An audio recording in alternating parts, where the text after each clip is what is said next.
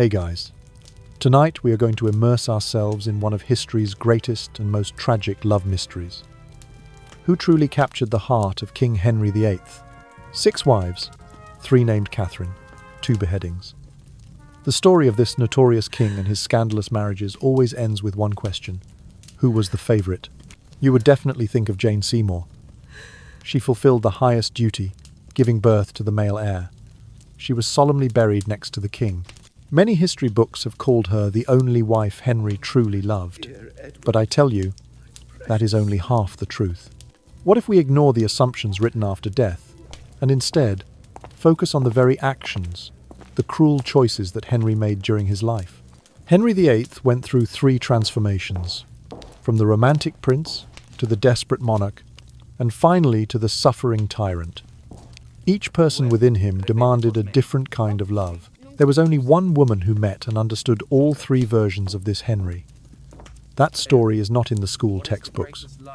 It is depicted through Henry's own life. And once you understand this, you will never look at the 6 wives through the same lens again. So, before you get comfortable, take a moment to like the video and subscribe, but only if you genuinely enjoy what I do here. Before we begin our journey to find the one who captured Henry's heart, let me know, where are you right now, and what is your local time? I always like to imagine our community relaxing together from all over the world. Now, dim the lights, maybe turn on a fan for that soft background hum, and let's ease into tonight's journey together. Oh, Henry VIII, arguably the most formidable monarch in English history, yet equally notorious, led a life defined in part by his 6 marriages, of which 2 wives were condemned to the block, and 1 consort was burned at the stake. Among these, Jane Seymour's name shines most brightly in popular memory. She alone bore him a son, Prince Edward, and was granted the singular honour of a final resting place beside him at Windsor Castle. Generations have recounted that Jane was Henry's true wife, the one who fulfilled his deepest longing for a male heir, and then departed this world before giving him cause for disappointment. But can such assumptions be trusted? The quiet tragedy of Jane Seymour represents only the opening chapter in the quest to discover which wife truly captured the heart of Henry VIII. To understand the complexities of his affections, we must recognize that Henry lived 3 distinct lives. Asterisk young Henry, the romantic prince, whose days were filled with music, dancing, and amorous adventure.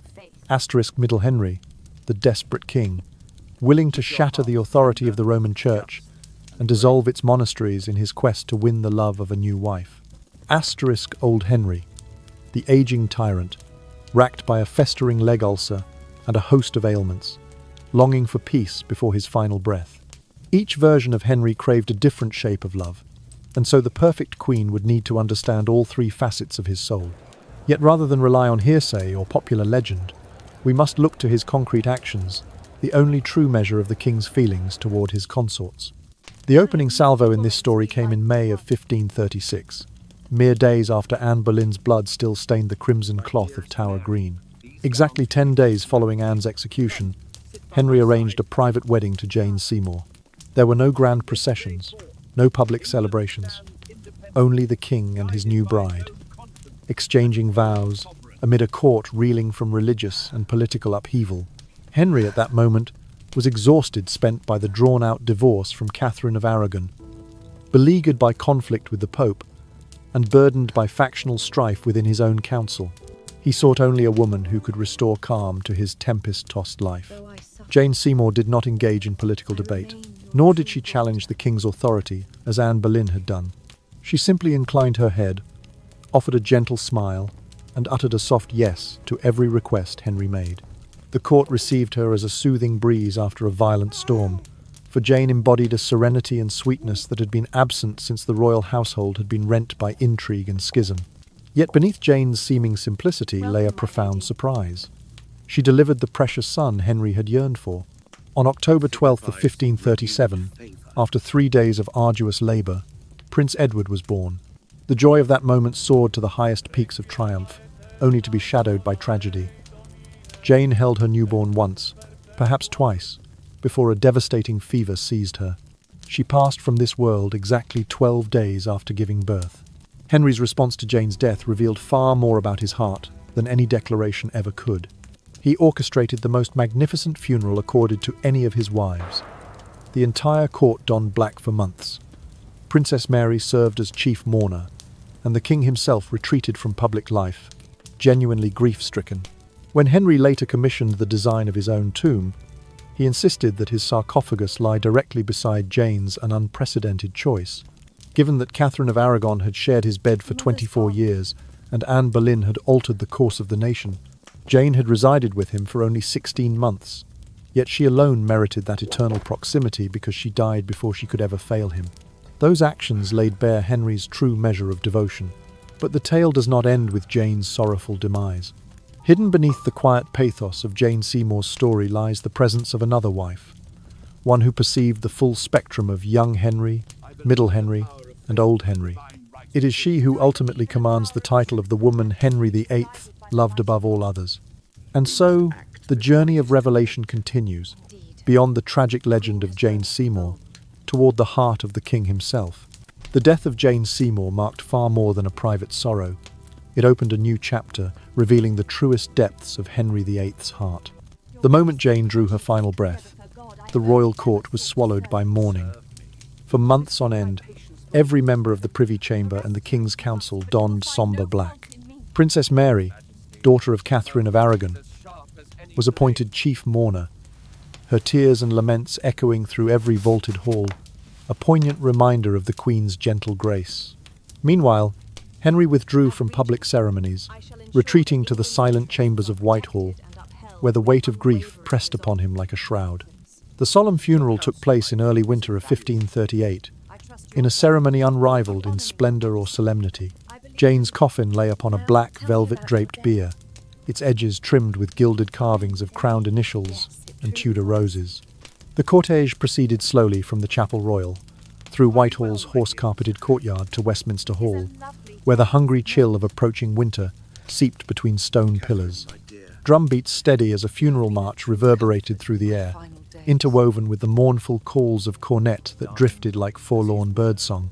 Above, swathes of ebony cloth hung from rafters, and flickering candles burned without cease, their subdued glow casting elongated shadows along the marble floors. In Westminster Hall, Thomas Cranmer, Archbishop of Canterbury, delivered the eulogy. Queen Jane was not merely the mother of our sovereign's heir, but the very breath of this realm's hope.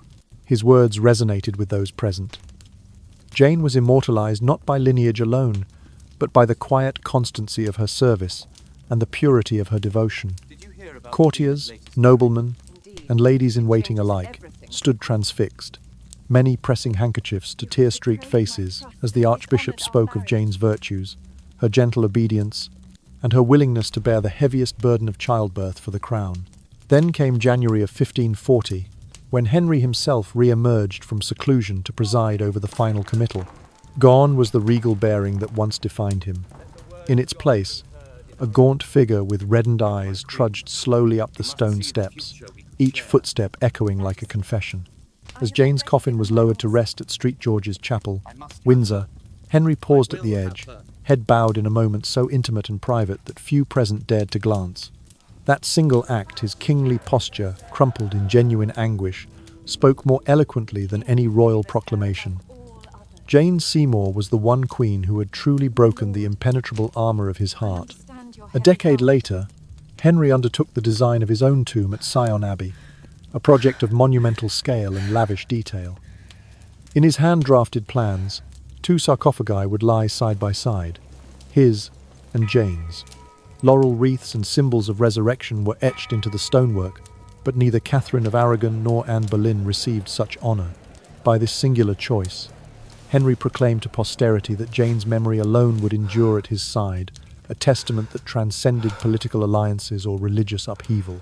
If power grants immortality, then Henry's actions ensured that Jane Seymour would live eternally in his heart. He preserved her name unsullied, the queen whose gentleness was perfection in its fleeting moment, departing before flaw or human frailty could tarnish the ideal. The sumptuous funeral rites, his withdrawal from courtly life, and the intimate decision to lie beside her in death together formed the clearest proof. For Henry VIII, Jane Seymour was that final, tranquil breath, peace incarnate he had long yearned for. Yet the tragedy of Jane Seymour is but the opening stanza in the longer epic of Henry's search for the wife he loved most. Beyond the grief and grandeur of her funeral awaits another figure, a queen who came to understand every hue of the king's complex soul, young Henry's ardour, middle Henry's desperation, and old Henry's weariness, and who, by doing so, compelled him to transcend the limits of power and passion alike. In the hush that follows mourning, the story presses onward, toward the woman whose empathy bridged all three versions of Henry and earned her the crown of his deepest affection. Anne Boleyn, the woman who ignited both a religious revolution and Henry VIII's most scorching passion, arrived upon the English court like a sudden gale. The year was 1526, and Henry was 35 years old, having been wed to Catherine of Aragon for 17 years. Anne returned from the French court bearing neither the ravishing beauty of myth nor the timidity expected of court ladies. Instead, she possessed a razor-sharp intellect and an unflinching resolve to say no to a king who was unused to denial. When Anne first stepped into the royal presence, she did not assume the customary role of ornament or footnote. She wove an allure that no woman before her had achieved. When Henry earnestly petitioned her to become his mistress, much as he had done with her sister, the erstwhile Mary Boleyn Anne resolutely refused. When he pressed jewel-studded gifts upon her, she promptly returned them. When he penned flowery love letters, she answered in clever riddles, forcing him to toil for each sweet syllable. Her defiance transformed pursuit into ardour. For 7 long years, Henry wooed her with an intensity unmatched in Tudor annals. That pursuit demanded unprecedented acts. It led Henry to divorce Catherine of Aragon in 1533, thereby severing ties with the Roman Church. He dissolved more than 400 monasteries, seized their vast lands, and negotiated alliances with the Duchy of Cleves, all as a grand declaration that the crown itself could bend to the desire of a single heart.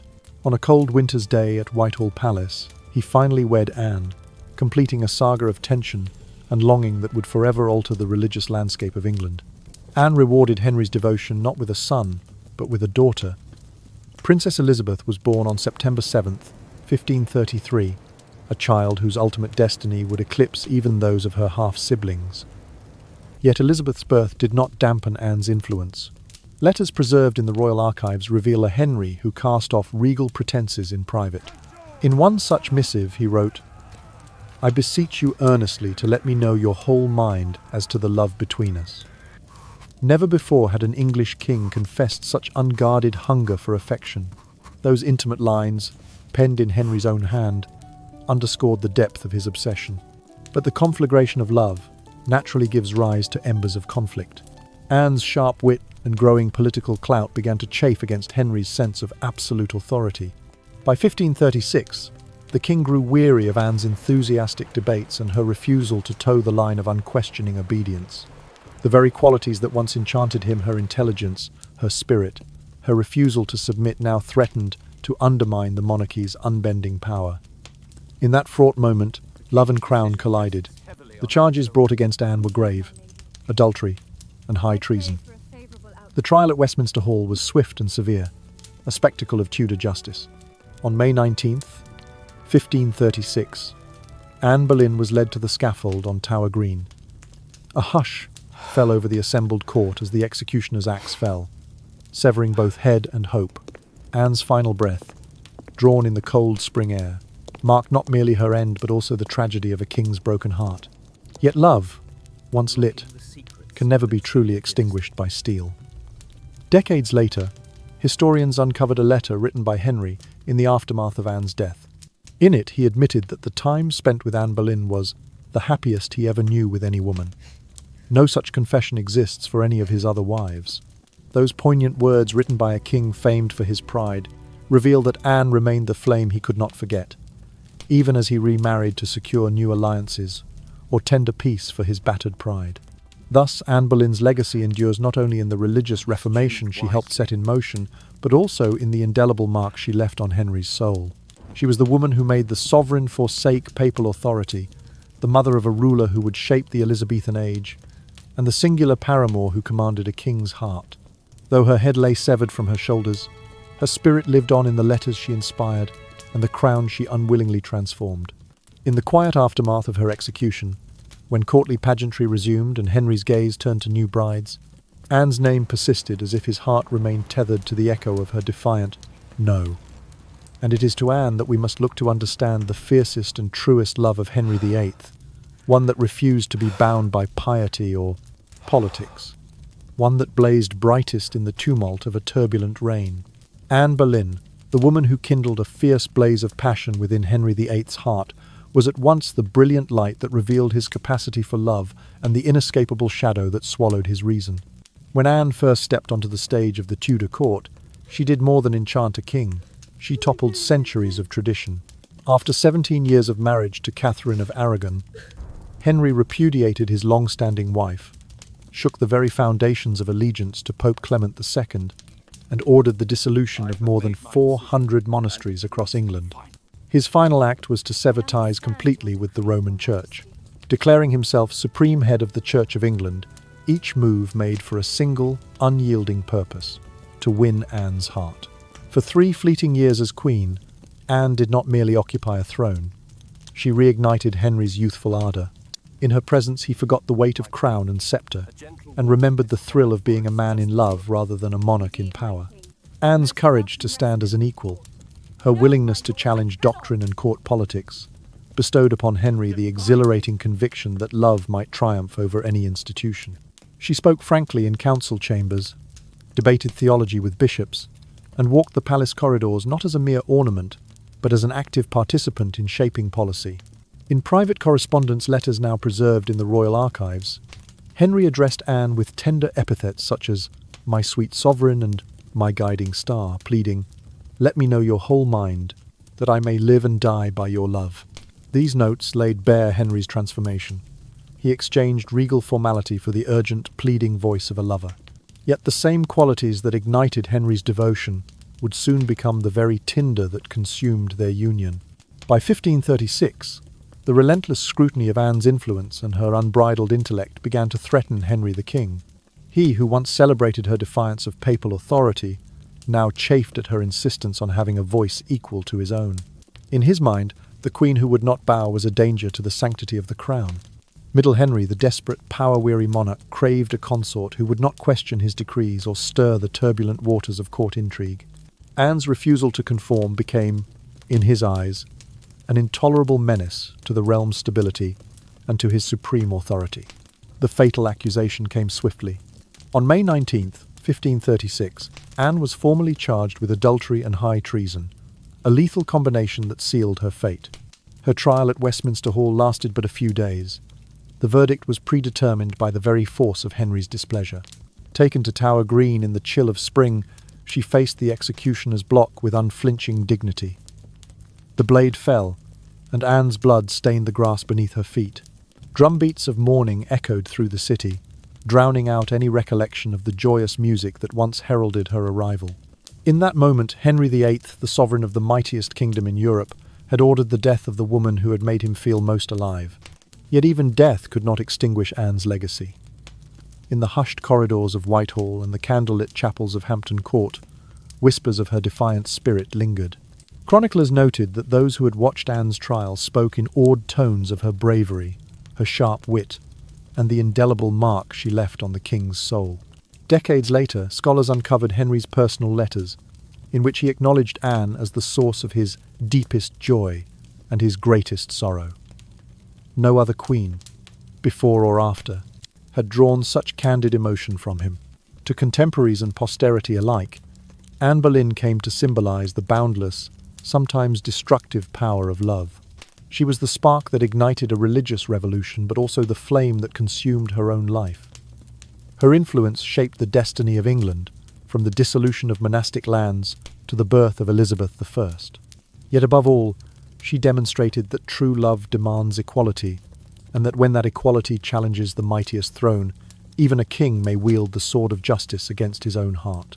In the stillness that followed her execution, the Tudor court would never forget the radiance Anne brought to Henry's life, nor the darkness that followed. And so her memory endures, a living testament to the paradox of passion. The very fire that illuminates can also cast the deepest shadow. Immediately after the tragic end of Anne Boleyn, Henry VIII moved swiftly into a fourth marriage, not one born of ardour, but forged from political necessity. In the winter of 1540, the king concluded a marriage treaty with the Duchy of Cleves, seeking a staunch Protestant ally amid mounting tensions with the Roman pontiff. The formal agreement, signed on November 16, 1539, promised Henry both safety in international affairs and the hope of securing his realm against papal influence. Yet when the day of union arrived, romance was not on the king's agenda. The marriage ceremony took place at Greenwich Palace on January 16, 1540, under the ostentatious gaze of Europe's most lavish court. Golden coaches, resplendent with glass windows and gilded mountings, conveyed the bride through cheering crowds. A sumptuous banquet followed, tables groaning beneath cold turkeys, minced tarts and spiced wine. A troupe of Flemish dancers took the floor, their steps precise and spirited, while musicians on vaulted balconies played lilting airs on viols and shawms. Though the spectacle dazzled every eye, the king's own reaction was far from joyous. Henry, expecting a vision of radiance to match the portrait painted by Hans Holbein the Younger, instead beheld a queen of modest bearing. Anne of Cleves stood before him in gowns of crimson and ermine, her expression reserved, her stature unassuming. She offered a curtsy, then waited as the king's gaze swept over her. The first chords of expectation faded, replaced by a silence heavy as winter's dusk. Not a trace of the fervent affection Henry had known with Anne Boleyn, nor the gentle comfort he had found in Jane Seymour, stirred in his heart. The contrast struck him sharply. Here was no partner in passion, no ally in warmth, only a dutiful princess bound to him by paper and promise. In the ensuing months, Henry grew ever more certain that this union would serve neither his spirit nor his state. At Westminster, he petitioned Parliament to declare the marriage null and void on the grounds that Anne had not fulfilled the required standard of royal beauty. The process unfolded with characteristic Tudor efficiency.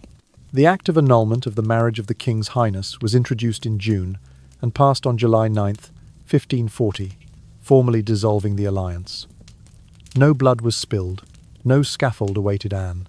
Instead, Henry moved with expedience to protect her dignity and safeguard the political ties he had coveted. Bestowing upon her the title, the King's beloved sister, he granted Anne a generous annual income of £2,000, 14 manors, and multiple estates that stretched from Kent to the Midlands. She retained the honours of a princess and was free to reside at Richmond Palace or Chelsea Manor as she chose. Her life after annulment was one of comfort and respect, confirming that Henry, though quick to jettison the marriage, was not a king who delighted in cruelty when utility alone was the issue.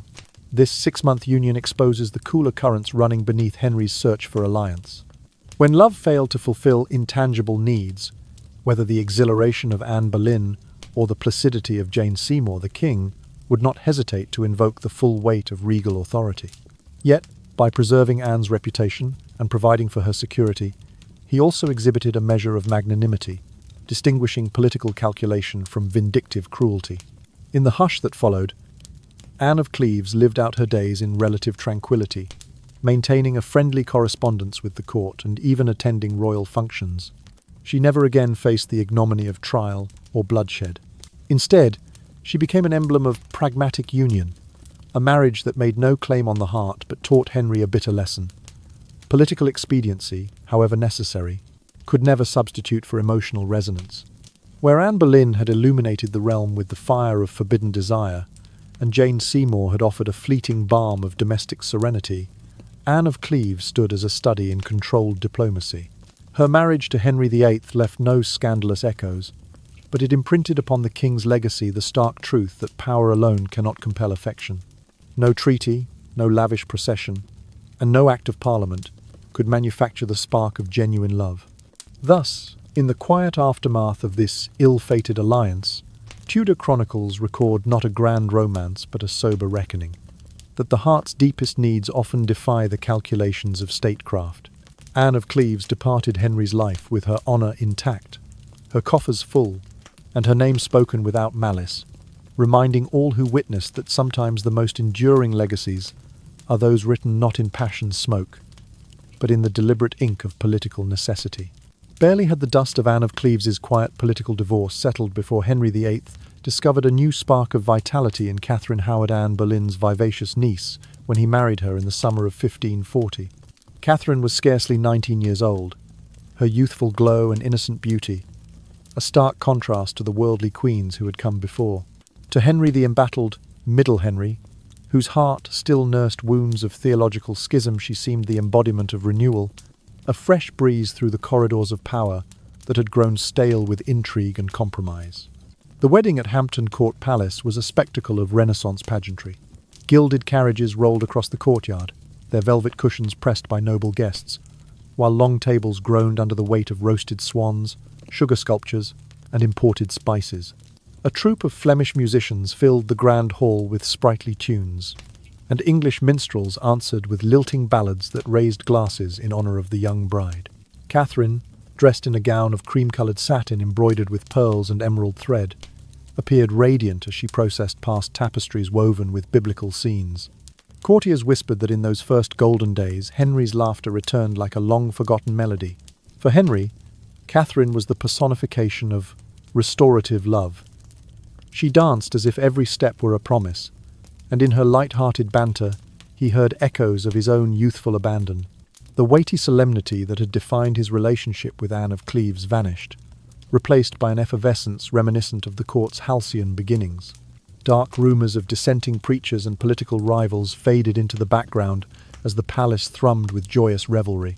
In Catherine's presence, Henry dared to believe that the crown might again serve both throne and heart. Yet beneath the veneer of merriment lay concealed shadows. Catherine's past, so eagerly hidden, soon crept into the light. Investigations revealed that she had engaged in secret liaisons before her marriage, notably with Francis Dereham, a former tutor, and later with Thomas Culpeper, a gentleman of the Privy Chamber.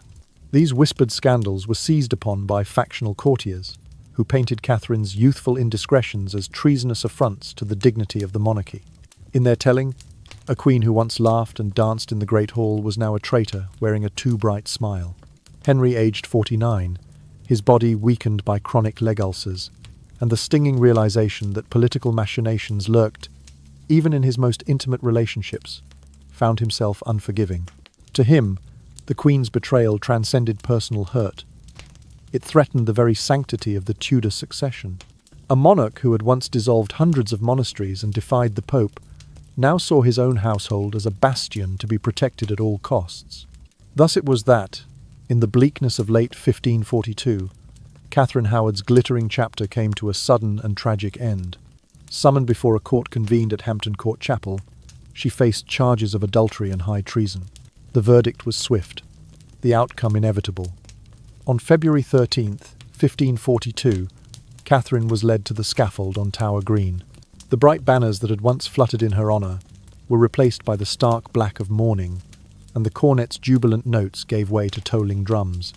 With the final falter of her breath beneath the executioner's axe, the tapestry of youthful promise unravelled abruptly, leaving behind only the echo of a life lived too swiftly.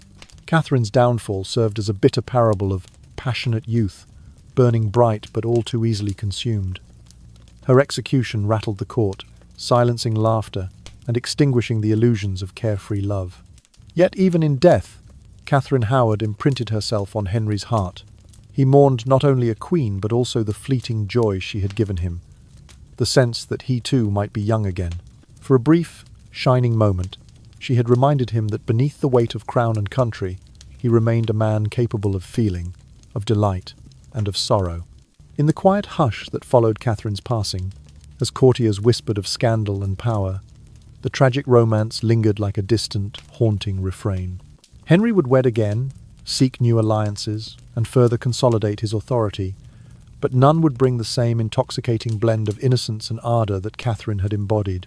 And so, amid the mournful tolling and the cold stone of the tower, the memory of Catherine Howard stood as both cautionary tale and bittersweet reminder that love, in its brightest bloom, can wither swiftly, and that the most exquisite passions are often the most perilous.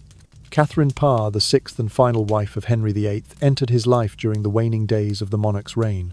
By July of 1543, Henry was 52 years old, his once mighty frame burdened by a chronic leg ulcer that throbbed with relentless pain, and his spirit frayed by 5 tempestuous marriages.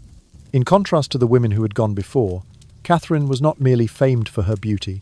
She was an erudite scholar, fluent in 3 languages, an author of devotional texts published under her own name, and a respected intellectual in courts across Europe. Their wedding ceremony took place at Hampton Court Palace on a summer's day in July of 1543. The king, a figure more accustomed to stern proclamations than displays of affection, presented Catherine with a simple gold ring engraved with the words, "I love," a rare emblem of his enduring trust and personal regard. Where Jane Seymour had offered gentle acquiescence and Anne Boleyn had challenged his will, Catherine engaged him as an equal. In private audiences, she questioned him on theological matters, debating scripture and doctrine with a confidence that took the court by surprise. This unprecedented intellectual partnership breathed new life into Henry's old Henry persona, revealing a softness long buried beneath the weight of the crown. In 1546, Catherine's inquisitive nature drew her into a perilous controversy. She had exchanged letters and books with leading figures of the Protestant Reformation, an activity that alarmed the conservative faction at court. Rather than allow these courtiers to move against her in secret, Catherine took the bold step of seeking out the king directly. She travelled from her apartments to Henry's staterooms, meeting his gaze without flinching, and explained that her discussions were driven purely by a thirst for knowledge and profound respect for his wisdom. Moved by her candour and courage, Henry tore up the arrest warrant that had awaited her signature and publicly reaffirmed his confidence in her judgment. This act did more than spare Catherine from imprisonment. It demonstrated that Henry valued honesty and valour above rigid orthodoxy. Catherine's influence extended far beyond theological debate. When Henry departed for his military campaign in France, he appointed her Regent Queen of England, entrusting her with the full responsibilities of government. She presided over the Privy Council with poise, managed state affairs, and safeguarded the realm's stability. More tenderly, Catherine took charge of the education and well-being of Henry's children, Prince Edward, Princess Mary, and Princess Elizabeth, mending rifts that had long divided them. Under her care, Edward's tutelage flourished, Mary's rightful status was restored, and Elizabeth found in her a maternal figure who nurtured her intellect and spirit. For the first time in years, the royal household experienced a fragile harmony. Henry's final days revealed the depth of his esteem for Catherine.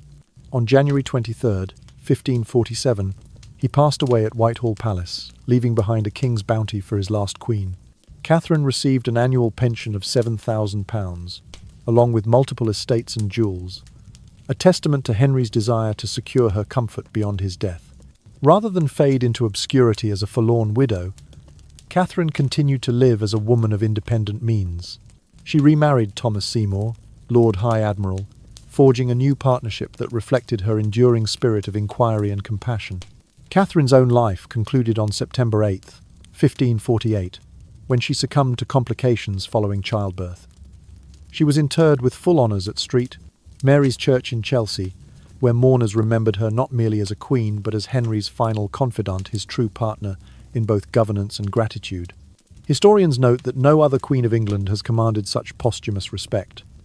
Catherine Parr is celebrated not simply for surviving Henry's tumultuous court, but for shaping a legacy of learning, reconciliation, and steadfast friendship. Through Catherine Parr, Henry VIII's quest for love found its ultimate fulfillment. He had chased the fervour of youth, the solace of obedience, and even the sharp edges of political alliance, but it was Catherine's blend of intellect, honesty, and empathy that granted him the enduring peace he longed for in his twilight years. Their marriage closed the 6-act drama of his romantic life with a gentle coda, in which the once-feared tyrant king discovered the quiet triumph of being truly understood. In Catherine Parr's companionship, Henry at last laid down the crown's burdens and found a sanctuary for his wearied heart, a testament to the power of respect, shared wisdom, and unwavering devotion.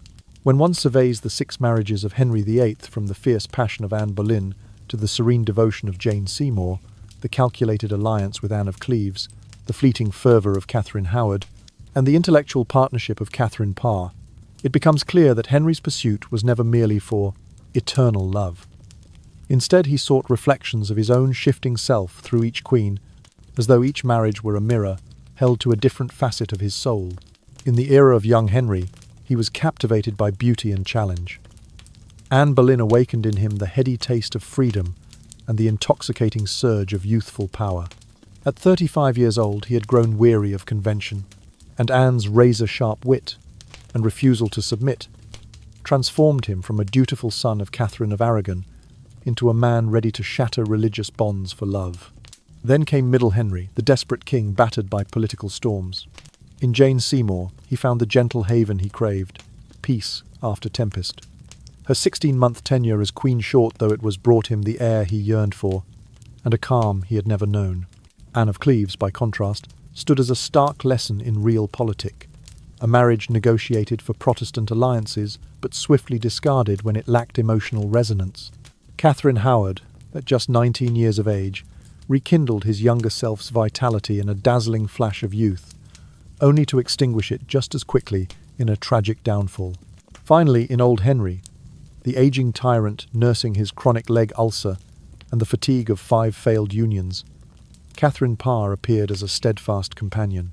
More than a mere consort, she became regent queen while Henry campaigned in France, presided over the Privy Council, and nurtured his 3 children. In her, he discovered the rare gift of true understanding, a mind equal to his own, and a heart compassionate enough to mend the fractures of his fractured household.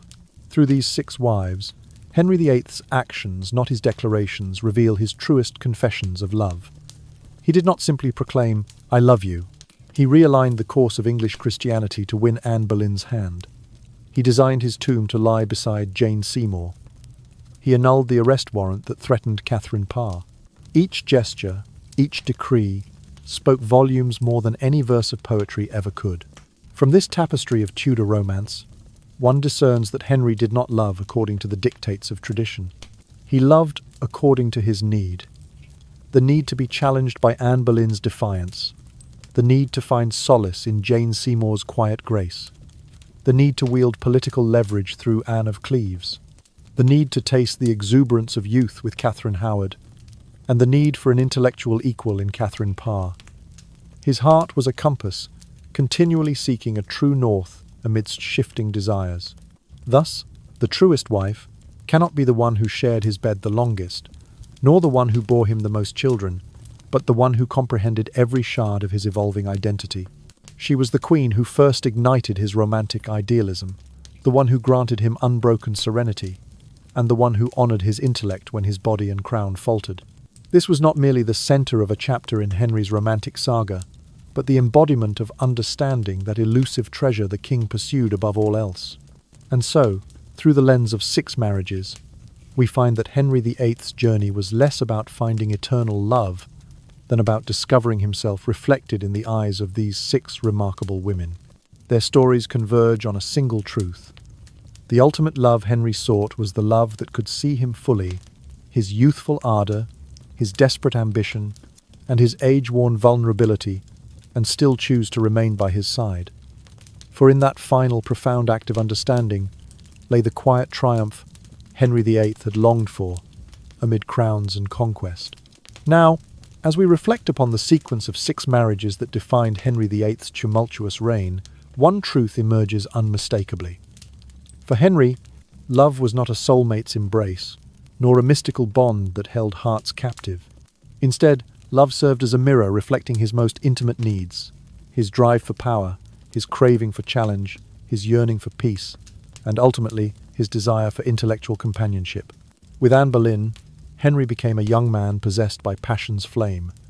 He was willing to sever ties with the Roman Church and dismantle centuries-old religious structures simply to pursue that spark. Born of a union in September of 1533, Elizabeth Tudor would eventually reign as one of England's greatest monarchs. But in the moment of Anne's ascent, Henry was the embodiment of young Henry, a sovereign determined to assert his identity and taste freedom's edge. Yet passion alone could not sustain him. Enter Jane Seymour, whose gentle demeanour offered Henry the solace he sought after years of courtly storm. On October 12, 1537, Jane gave birth to his long-desired male heir, Prince Edward. In those 16 months they spent together before Jane's untimely death on October 24, 1537, Henry tasted a profound calm. He became Middle Henry, the desperate king desperate for stability, for the simple rhythm of family life unmarred by theological conflict. When that calm proved fragile, Henry turned to Anne of Cleves in January of 1540, a marriage arranged not for romance but for political expediency. The Duchy of Cleves promised Protestant allies in the fractured landscape of European power, and so Henry engaged in a marriage that was, at root, an exercise in diplomacy. Within 6 short months, disappointment led him to seek annulment under the assertion that Anne lacked the beauty expected of a queen. The swift dissolution revealed the king's capacity for ruthlessness when practical concerns outweighed personal sentiment, a stark testament to the Tory caution that guided his court. Yet the quest for emotional renewal continued. Catherine Howard, just 19 years old, stepped into Henry's life in the summer of 1540, igniting a brief but fervent renaissance of youth. Her laughter and liveliness stirred a longing in Middle Henry to feel alive again, to taste the simple joys long since banished by age and obligation. But youthful impetuosity bore bitter fruit. Catherine's past affairs with Thomas Culpeper and Francis Derham led to her execution on February 13th, 1542, reminding Henry that impetuous desire could exact the harshest of prices. In the final act of his marital drama, Henry found in Catherine Parr an intellectual companion worthy of his years. Married in July of 1543, Catherine was no mere ornament. She was a scholar fluent in 3 languages, a published author, and, when Henry travelled to France in 1546, his appointed regent queen. Under her stewardship, the kingdom's affairs ran smoothly. The education of Edward, Mary, and Elizabeth advanced, and the fractured Tudor household mended its wounds. Catherine Parr invited Henry into late-life conversations on theology and statecraft, and in turn he rewarded her candour by tearing up an arrest warrant that might have condemned her on charges of Protestant sympathy. Thus unfolded the symphony of Henry's romances, with each queen representing a distinct movement in his life's composition. The passionate allegro of Anne Boleyn, the lullaby adagio of Jane Seymour, the pragmatic moderato of Anne of Cleves, the vivace vivacity of Catherine Howard, and the reflective andante of Catherine Parr. Only by embracing every tempo, romance, despair, pragmatism, youthful exhilaration, and thoughtful companionship, could Henry grasp the full measure of love's possibilities. If one asks, which wife did Henry VIII love most? The answer will not be found in the length of her tenure, nor the number of children she bore. Rather, the answer lies in whose presence induced Henry to reshape the realm, to cradle his grief, to test the bounds of his power, and to entrust his crown to another. It was not merely the queen who made him happiest, but the queen who gave him the strength to act beyond all previous limits, from severing ties with the Pope to designing a peaceful burial beside Jane, from annulling marriages to granting regency to Catherine Parr. In the final analysis, it appears that Catherine Parr, the woman who comprehended all 3 faces of Henry, young, romantic, desperate, sovereign, and aging monarch, emerged as the embodiment of complete love in his eyes.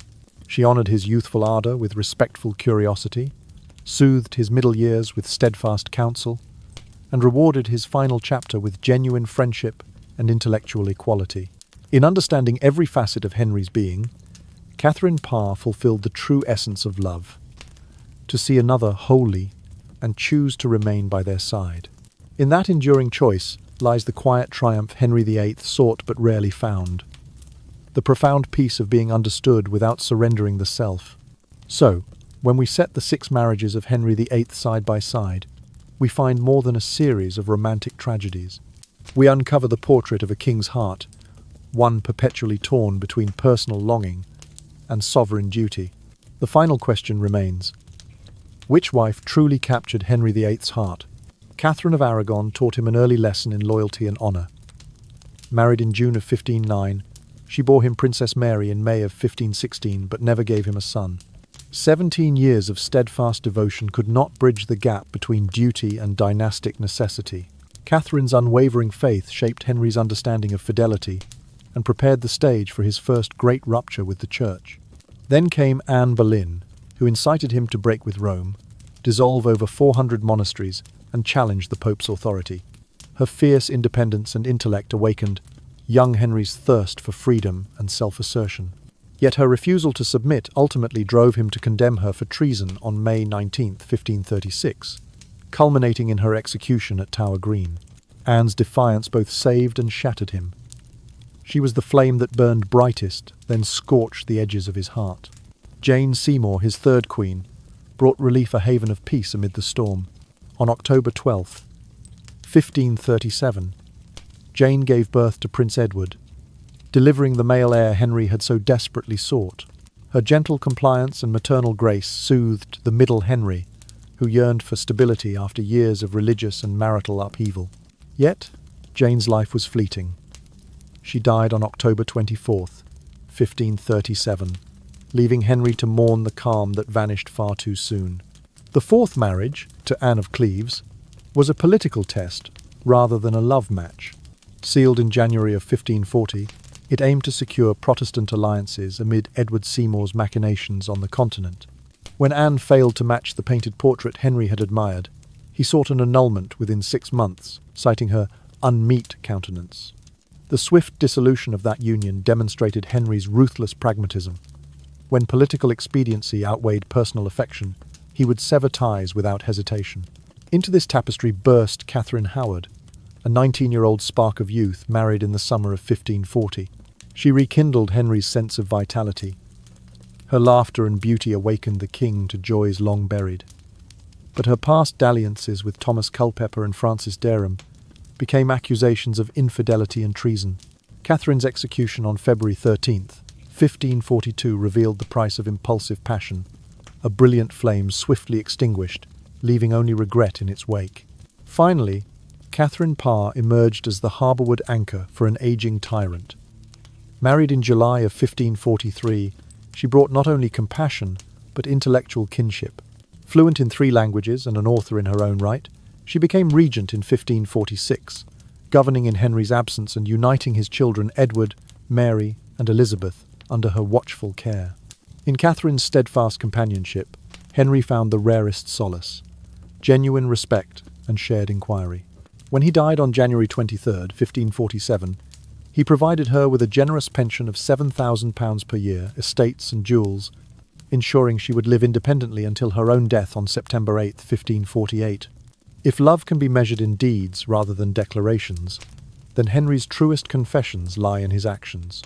The schism with Rome for Anne Boleyn, the splendid funeral and tomb beside Jane Seymour, the annulment of Anne of Cleves' marriage, and the pardon of Catherine Parr's supposed heresy. Through each he invested his full royal authority in the woman who fulfilled his present need, whether for challenge, tranquility, strategy, rejuvenation, or understanding. With Catherine Parr, Henry discovered a lasting love not born of beauty or political calculation, but of mutual esteem and intellectual harmony. She served as regent, guided his heir's education, and stood as the final companion of his storied life. In her, he found peace without sacrificing himself, a testament to the power of respect and empathy. Yet this story does not end here. Those of you watching from beyond the shadowed halls of history are invited into the final contemplation. If you must choose, which of Henry VIII's 6 wives deserves the title of his truest wife? And what does that choice reveal about your own understanding of love, loyalty, and identity? In that question lies the true legacy of Henry's marriages, not in who he wed, but in why he loved. And now, having explored the 6 turbulent marriages of Henry VIII, we embark on a new journey, the relationship between the formidable king and his children. His 6 wives shaped every phase of his soul, yet it is a father's love that reveals his most humane and vulnerable side.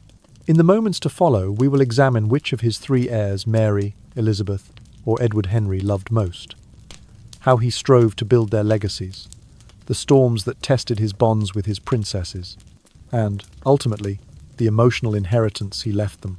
And now, let us turn the spotlight to the father-son relationship between Henry and Prince Edward, the vital thread of succession that the king so painstakingly wove. Edward Tudor was born on October 12, 1537, at Hampton Court Palace, ushering in a brilliant new hope for the Tudor dynasty.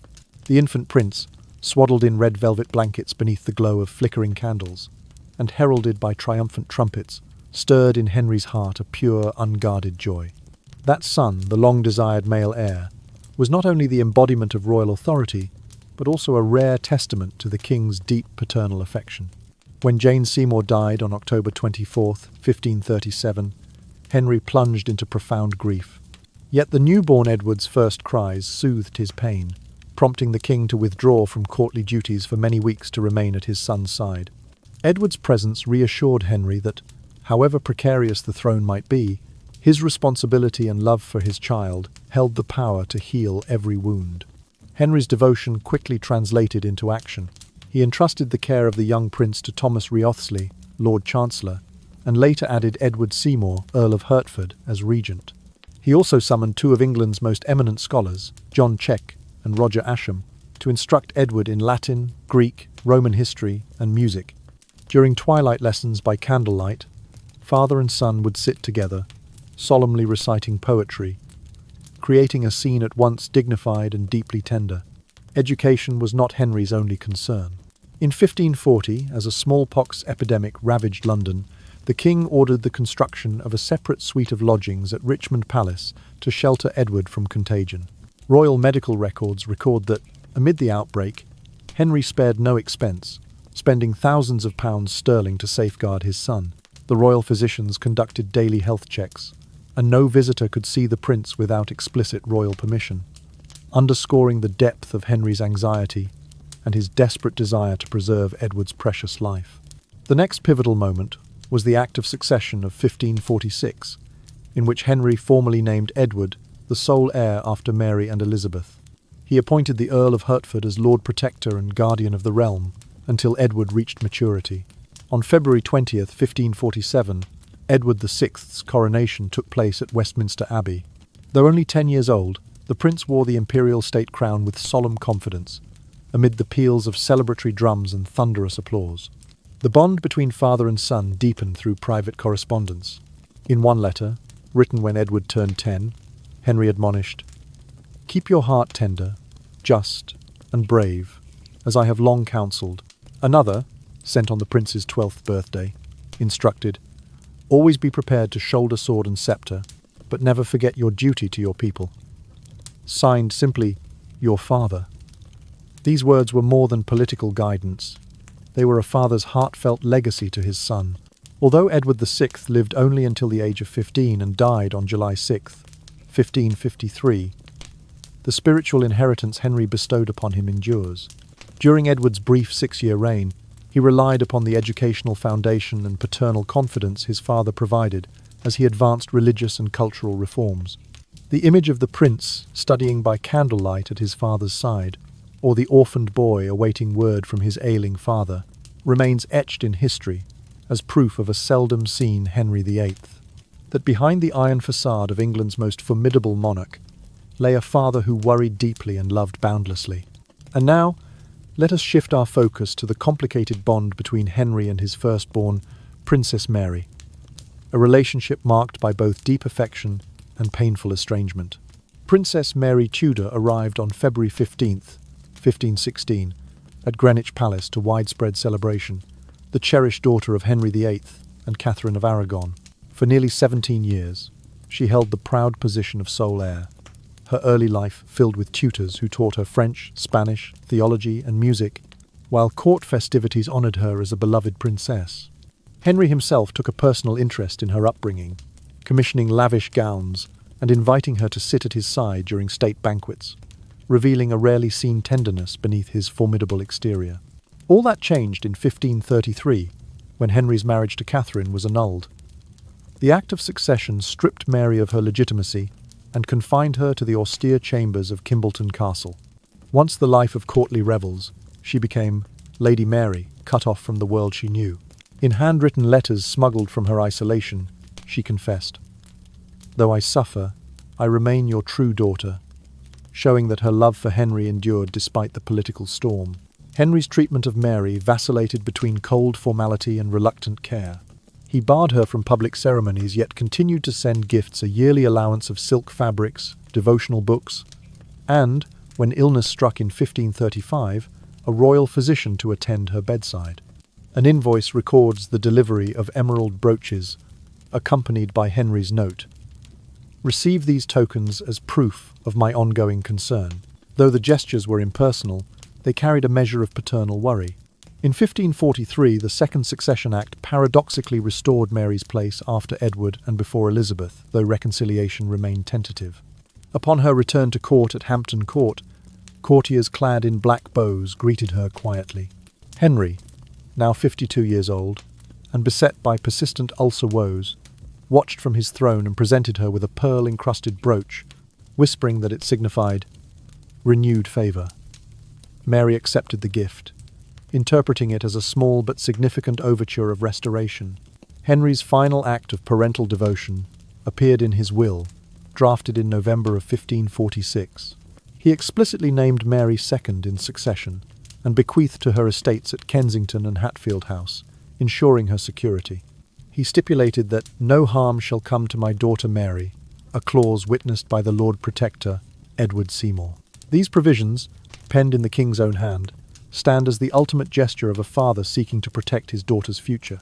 Despite this legal restoration, Mary felt the lingering pain of earlier rejection. At court entertainments, she watched dances from the sidelines, her composure laced with melancholy.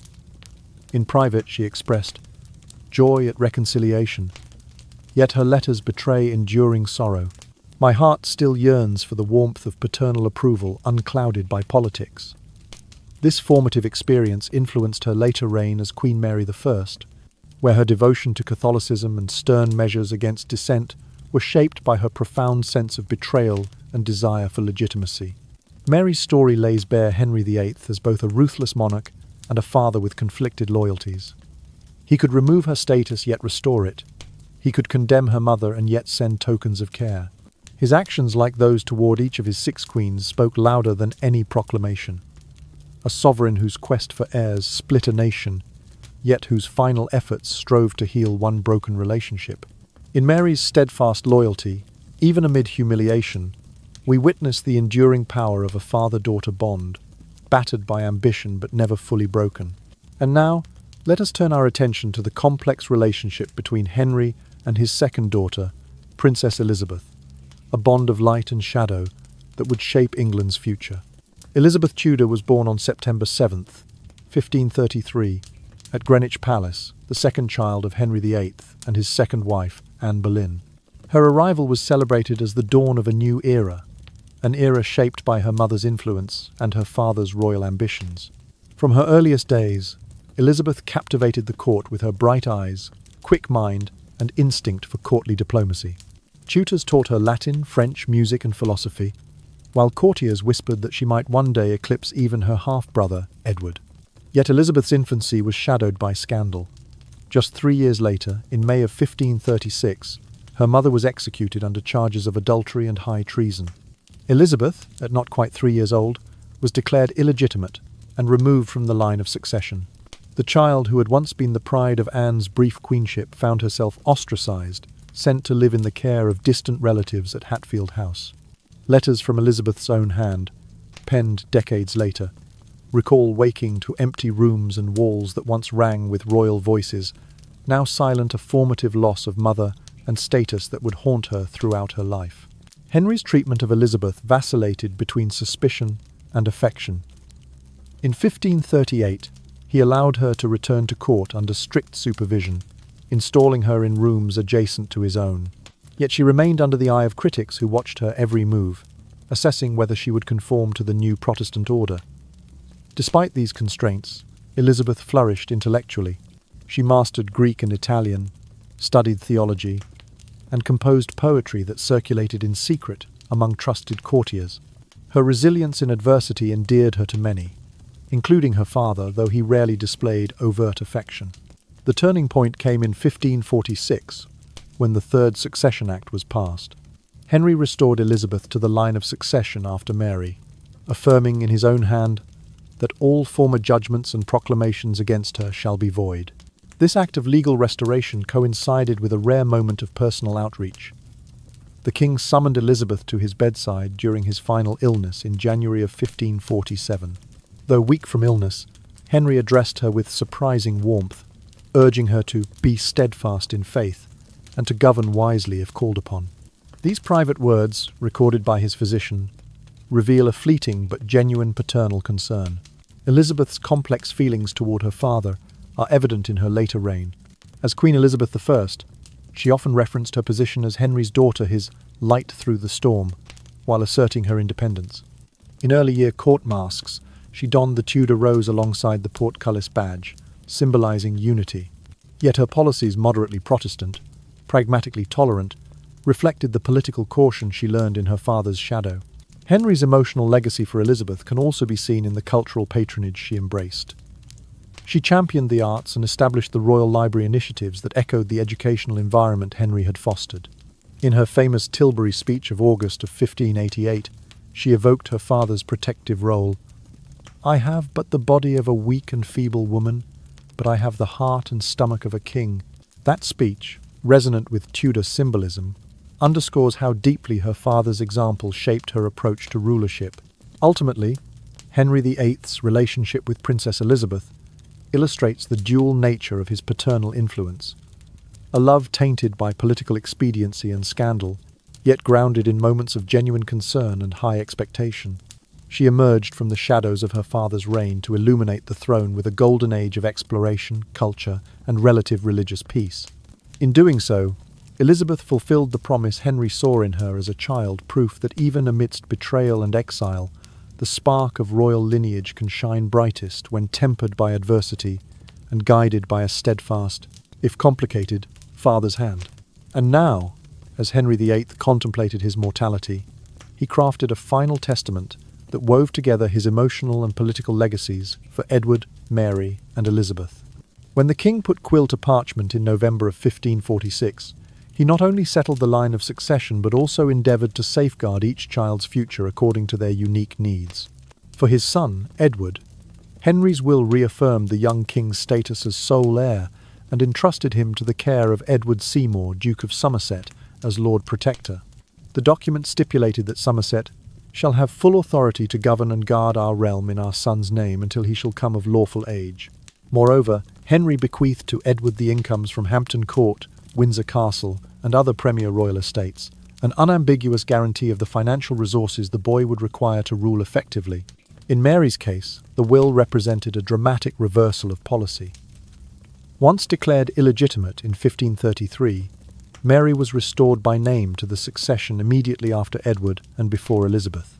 Henry granted Mary the revenues of Kensington, Hatfield, and Highgate manors, ensuring she would never again depend solely on court favour. The king's own handwriting added that he bore lasting affection for Mary, an understated but sincere acknowledgement of the daughter he had once set aside. He also entrusted her spiritual education to Archbishop Thomas Cranmer, underscoring a final vote of confidence in both Mary and the Reformed Church he had established. For Elizabeth, Henry's final provisions recognised her restored status after Mary. He endowed her with the former estates of Anne Boleyn and Anne of Cleves, symbolically linking her to both his most passionate and his most pragmatic marriages. To prepare her for leadership, he appointed Sir William Cecil, his most trusted counsellor, as her chief tutor and advisor. By conferring her to Cecil's guidance, Henry signalled his belief in Elizabeth's intellect and prudence, hoping she would emulate the stability and moderation his reign so often lacked. These carefully calibrated bequests, however, were more than legal technicalities. They were personal gestures from a father seeking to atone for past mistakes. Henry recognised Edward's vulnerability as a child king, Mary's long years of exile, and Elizabeth's precarious legitimacy. In addressing each heir's circumstances, granting robust guardianship for Edward, financial security for Mary, and mentorship for Elizabeth, he sought to compensate for the emotional and political wounds his earlier choices had inflicted. The practical outcomes of these provisions shaped England's trajectory. Under Somerset's regency, Edward VI pressed forward with Protestant reforms in line with Henry's earlier break from Rome. Mary, empowered by her restored status and estates, ascended as Queen Mary I with a determination fueled by both personal vindication and religious conviction. Elizabeth I, guided by Cecil and buoyed by her father's endowments, navigated a careful middle path that led to the Elizabethan Golden Age. Yet beyond politics, Henry's will stands as a deeply human document, a monarch's final embrace of his children. In his last letters, penned mere weeks before his death on January 23, 1547, Henry reminded Edward to rule with mercy and courage, urged Mary to uphold her faith with dignity, and counseled Elizabeth to balance strength with wisdom. Though he wielded the power to destroy monasteries and dissolve marriages, in these closing lines he revealed a father's tender care and profound hope for his legacy. Thus, Henry VIII's final will transcends its role as a dynastic charter. It is a father's valedictory, a blending of statecraft and love that sought to equip Edward, Mary, and Elizabeth, not only with crowns and lands, but also with the assurances and guidance necessary to carry forward the Tudor name. In the end, it was Henry's most enduring act, to unite his shattered family under provisions of law and tokens of affection, ensuring that even when his own reign had ended, the bonds of blood and the power of his paternal love would endure. And now, as night settles and the candle in the study has long since guttered out, let us drift our spirits back through the 6 brilliant, tempestuous loves of Henry VIII, and onward into the poignant father-child bonds with his 3 beloved offspring, Mary, Elizabeth, and Edward. From Catherine of Aragon, who taught him the lessons of fidelity and honour, to Anne Boleyn, the flame of ambition that awakened young Henry to break the church. From Jane Seymour, the haven of peace for middle Henry amid the storms, to Anne of Cleves, the pragmatic lesson in politics. Then Catherine Howard, the burst of youthful joy that quickly faded, and finally Catherine Parr, the soulmate who embraced both tempests and tranquility in the heart of old Henry. Those 6 queens once held Henry's heart through every phase: his thirst for liberty, his longing for serenity, his calculation of power, his exhilaration of youth, and his yearning for intellectual harmony. And then his 3 children: Edward, the heir born of tears and hope; Mary, the princess exiled then graciously restored; and Elizabeth, the princess of light who triumphed over the wounds of her birth, revealed the most humane and vulnerable side of the iron-faced king. The message that remains after those marriages, those wills, and those private letters is not one of power or throne, but of understanding. Only when he was truly understood by a wife who chose to remain, by a child who looked into his eyes, did Henry find peace and press onward. Actions, not words, revealed his truest love. Breaking with Rome to follow Anne, building a tomb beside Jane, rescinding the arrest warrant for Catherine Parr, or drafting a will to secure Edward, Mary, and Elizabeth's futures. As the final images of endurance and sacrifice fade, we feel the warmth of love not confined to titles of queen or inheritance, but radiating through care, whispered messages, and every small decision of a king's heart. And now, gently relax your shoulders and let your mind drift to a place of peace, free from yesterday's worries. Let love and understanding guide you into dreams, where all anxiety dissolves, leaving only the soft echo of history's whispers. Sleep well, dream sweetly, and keep your heart warm. Don't forget to subscribe and ring the bell so you won't miss our latest videos where we explore the most emotionally rich and valuable stories of history.